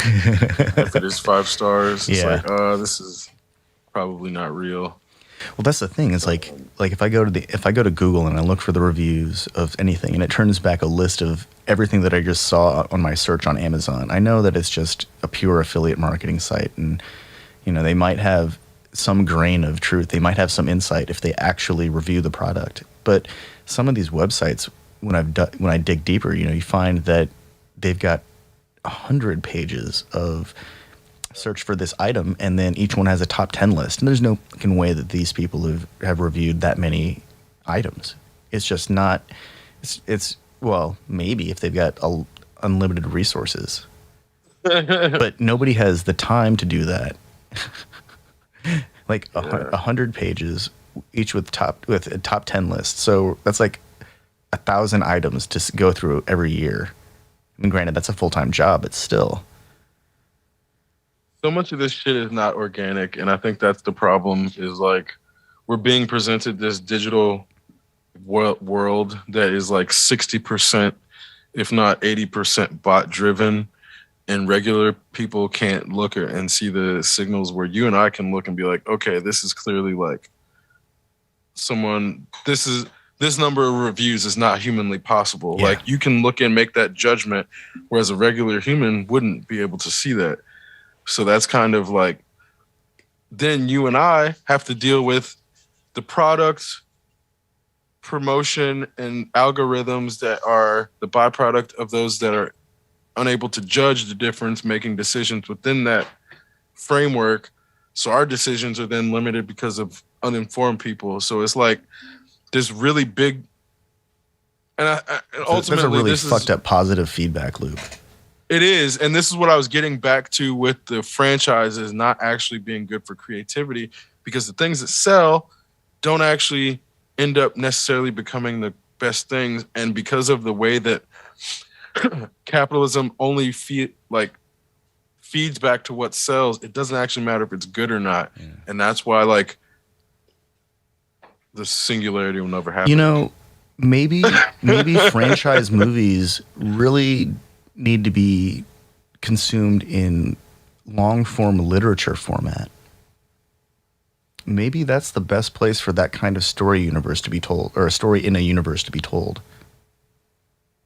But that's too active. So I think the person who wants to consume a movie is wanting to have a passive experience, where is a book is 50% active. Like, even though the words are being read.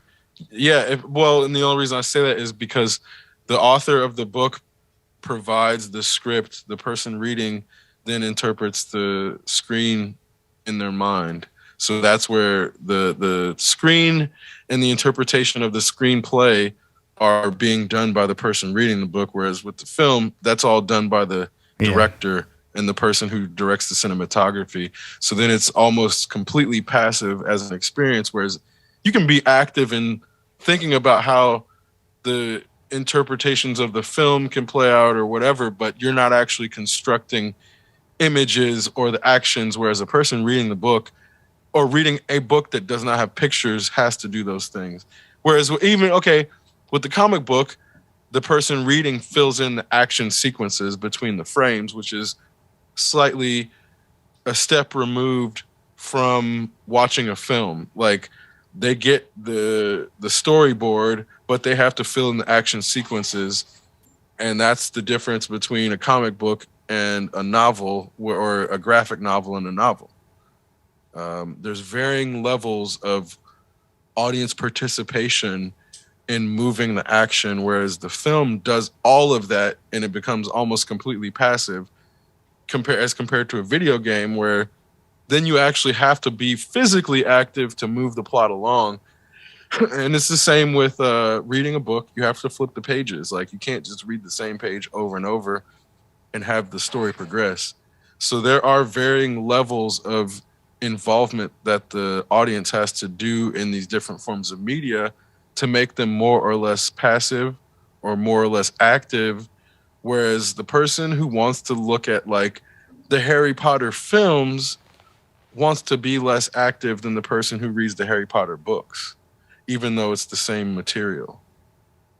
And that's where I mean, like, the story can exist in both, but it has to know how active and participatory the audience wants to be in order to serve the audience correctly. Whereas, like, the studio only cares about what sells. They don't care about necessarily serving the audience correctly. Yeah.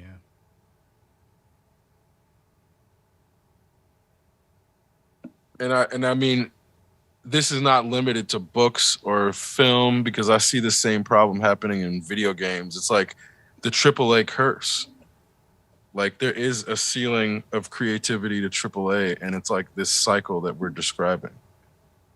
Well, with games, it's they're almost always open-ended. I can't remember the last game that I played that wasn't open-ended, even when there was a concrete resolution to the storyline. There was always more to explore, like, you know, multiplayer, go team up with people and play capture the flag type stuff, or last person standing types of things, or King of the Hill, whatever. There's always some aspect of the game that can keep on going. Like Resident Evil, they've been making that game for like 20 years now. They still make it now. They rebooted the movie franchise. They rebooted it, and it's funny because like there's the first like half the movie, it didn't even seem like Resident Evil, and you pointed out to me, it's like the first half of the Resident Evil game doesn't even seem like a Resident Evil game, and so on some level they were actually very true to the nature of the game itself. But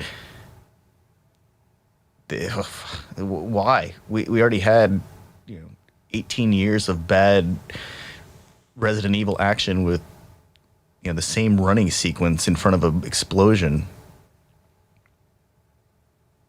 Well, and you've written music before. The hardest thing to do is write an ending. Yeah. And I think that's like, I don't think that is just with music. I don't think it's just with video games or novels or film.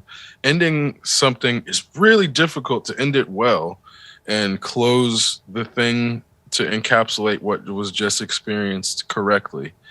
And the easiest way to get around that is to just keep looping and never let it end and let the audience walk away when they're done with the loop. Yeah. So I think that's the lesson from electronic music and raves is right. Just they'll leave when they're ready. Yep. And that's the easiest way to not end a story is like, oh, this franchise will just keep going for fucking 30 years because that's actually easier than ending the story well. How many within Final Fantasy, how many times has the world all of existence almost been destroyed? Like they're up to like 13 now, right? Or 14?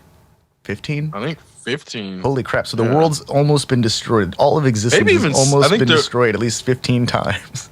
I think 16 is about to come out on PS5 this year or next. And every time it gets more intense. Like, how much more intense is the end of existence? Like, how much more intense can it get? Yeah. Like, every single time.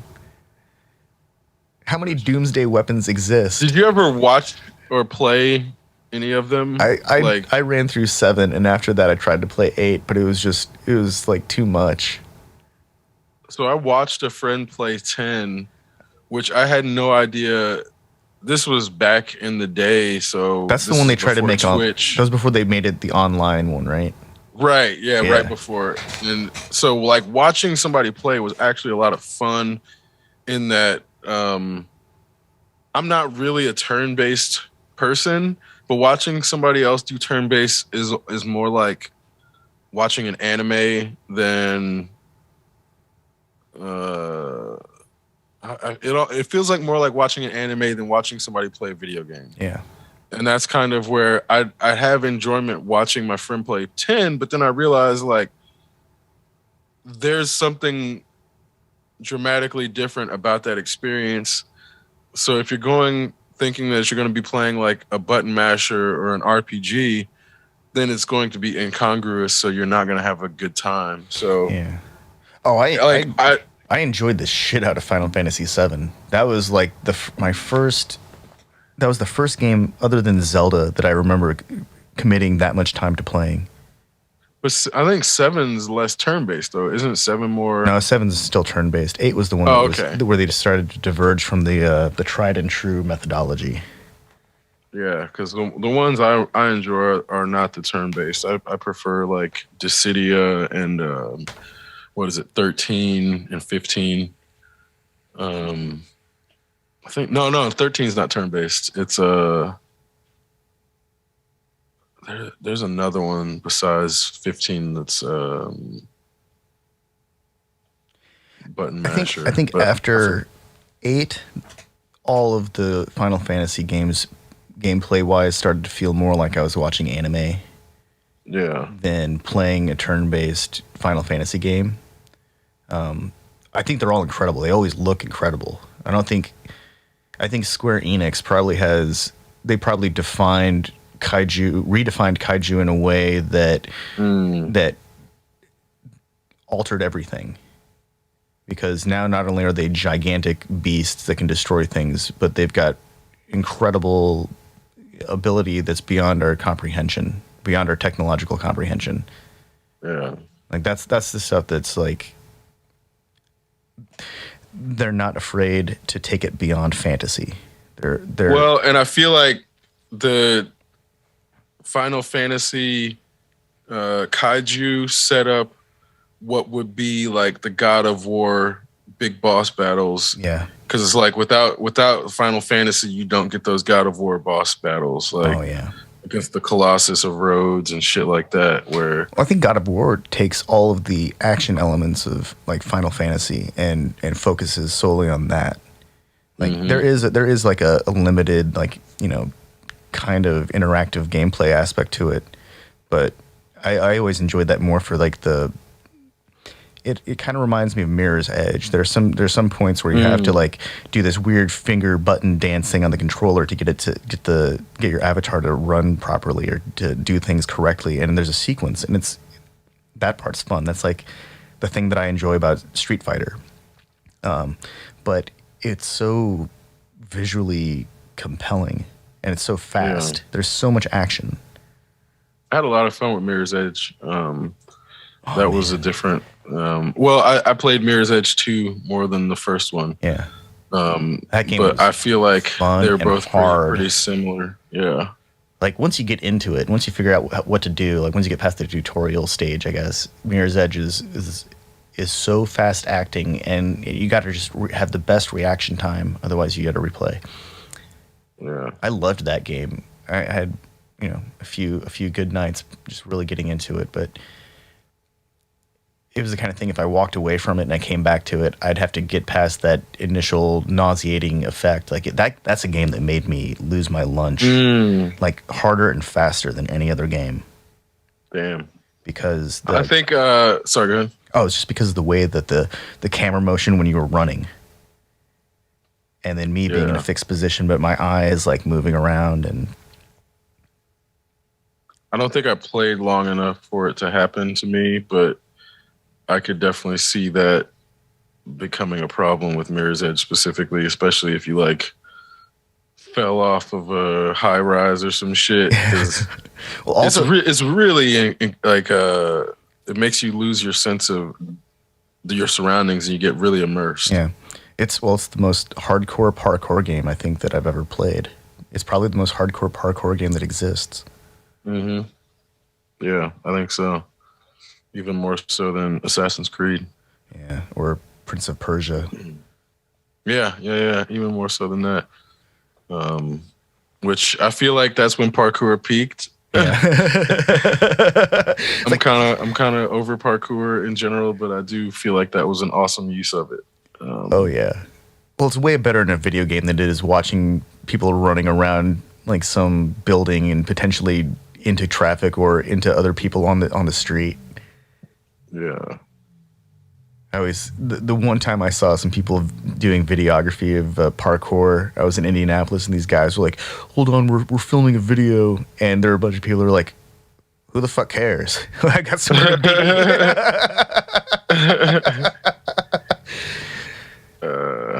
Everybody, like, it seemed like all the parkour people thought everyone else thought they looked cool. When I think it was just a matter of like, everybody's like, okay, I guess. It's like when teenagers who are skaters grow up and they realize that they're going to really fuck themselves up if they try to skateboard again because they stopped when they went to college, but they really want to do something that's kind of like that fits into the vein of extreme. That's exactly what it is. They get their skate shoes on and their skate clothes and they go run around buildings and jump off of things, and it's just skateboarding without a skateboard with backflips. Yeah. This parkour does really seem sad when you describe it like that. But I feel like that's exactly what it is. Well, and that's where it always looked sad, and I don't think the people who did it thought that it was like, I think they thought it looked cool when everybody else was like, you look like you're in a midlife crisis. I'm pretty sure that parkour's peak and absolute cliff drop event happened with The Office when they were running and jumping off of things and chanting parkour. Oh yeah, that was I feel like that might have been. Yeah, that's definitely like that's the end of it. When The Office got a hold of it, it was over. You can't take it seriously anymore. Dwight jumping off of a couch onto the floor saying parkour is not. It makes it pretty clear how ridiculous it is. Yeah.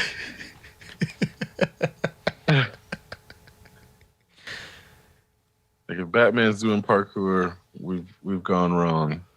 Batman doesn't need parkour. He's got the bat grappling hook. Right, exactly. Or the so that's what I mean, battling gun. Because then I realized at some point the fight choreography all had to throw in those flares and like have parkour shit to make the fight scenes look quote unquote more actiony. But now it just looks like they're wasting a bunch of energy and like if you pause a fight scene and somebody's flipping midair, like, dude, what are you doing? Like you just like went into a gymnastics routine mid fucking fight. Like what the fuck are you doing? Well, Trinity and Morpheus and Neo can do these things because they live in a world where they don't have expendable energy, so they can demonstrate those techniques. But in the real world, where physics is a thing. But then that's what I'm like, okay, like when Trinity kicked the dude behind her and then flips the gun on him, and I'm like, but you could have just punched him. Why'd you have to kick behind you and waste? I mean, obviously it's not energy wasted, but it's like there's a shorter distance between your hand and his face. Why fucking kick? That's like an extra 4 feet, or actually probably 7 feet with the whole trajectory. Well, because she had to kick him with the back of her foot, swinging around the back of her head to get around to him. I mean, it was the only logical vector for attack. It's like, man, this shit looks cool until you start thinking about it, and you're like, this is really stupid. This was the longest route possible you could have chosen for this. And in the meantime, somebody who was paying attention would have like countered it halfway through. And obviously, like you said, there's things that are done that are meant to show their prowess, but you don't have to make them make stupid decisions in the process. Well, like, I think we would have been fine with Trinity doing her scorpion kick one time in the first movie, and then never seeing it again for the rest of the whole series, including the fourth movie. I could have never seen that happen again, and I would have been fine. I don't think that needs to be a signature move. But when she jumped straight up in the air just to kick the dude, like, just fucking punch him. You don't need to jump. Just punch him. This was completely useless. This move, this whole thing you just did, and you had to like stop in the midair just to throw a kick that probably would be less powerful than a straight, like probably just a jab. Just fucking throw the jab. No need to throw spinning shit.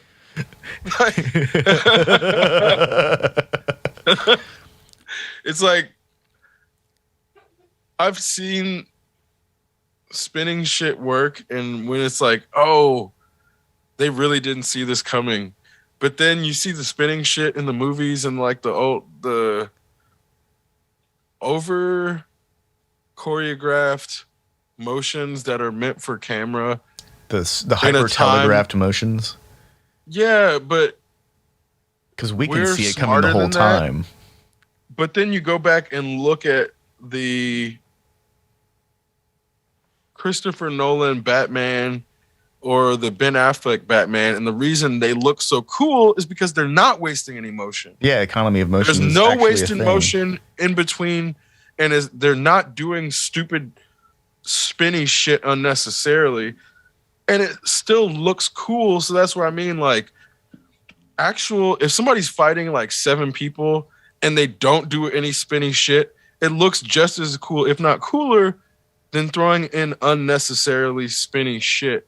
And I feel like we had to get both of them to know, like, oh yeah, you don't need the scorpion kick. You don't need to jump straight up in the air for this stupid fucking jump kick when you just gotta throw a jab or an elbow. Yeah. Well, we saw that's right there. I think we saw ultimate economy of motion with the Smith in the courtyard fight scene. Oh yeah. Yeah. Because that was much better. That was like very few wasted. The only times that they even touched him is when he wasted motion. When he moved too much. That is one of the best applications of economy of motion while also doing creative movements so that it looks fancy. Like there are flourish moves that are meant to show off technique, which they're valid because those things are meant to intimidate. That's what those things are for. It's like, if you can land a tornado kick, 5 people standing aside are going to think twice about fighting you. But if you just whiff it, nobody fucking cares. So like, yeah, you can throw a tornado kick, but if you can't land it, there's no difference in whether you like threw it or not. And that's kind of where you see a lot of fancy spinning shit that doesn't land, and you're like, you might as well just not have thrown that. So I'm like, I've been watching a lot of fight scenes across time, and the martial arts introduction also became this thing of like, oh, if you have somebody that can feign martial arts or what the audience might think of martial art, then you have an action scene. So there's this whole range of poor decision making around the necessity or what constitutes fight choreography.